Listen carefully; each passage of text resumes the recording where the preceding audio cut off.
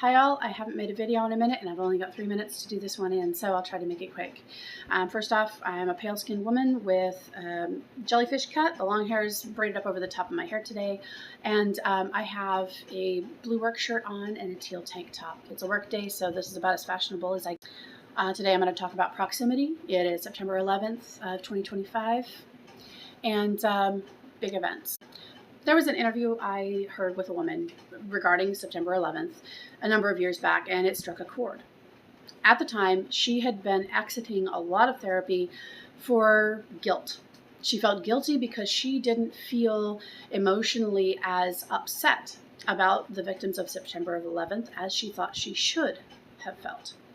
The catch was that at the time that it happened, she was caring for her ailing father, who was passing away in the moment all of this was going on.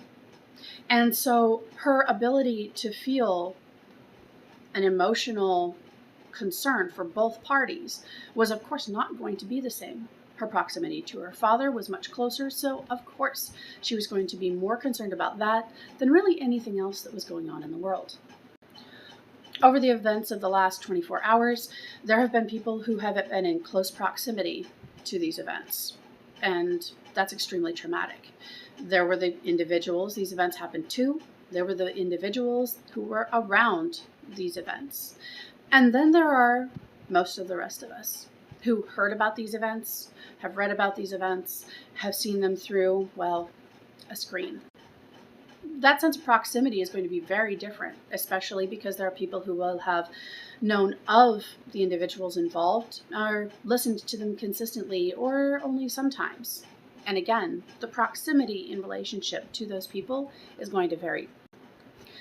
At no point, though, does this mean there is no care or a sense of joy or a sense of celebration about any of these events. But it does mean that people are going to be meeting these events at different emotional places in their lives, and they're going to have, well, different priorities. But at the root of all of this is going to be that there were lives lost.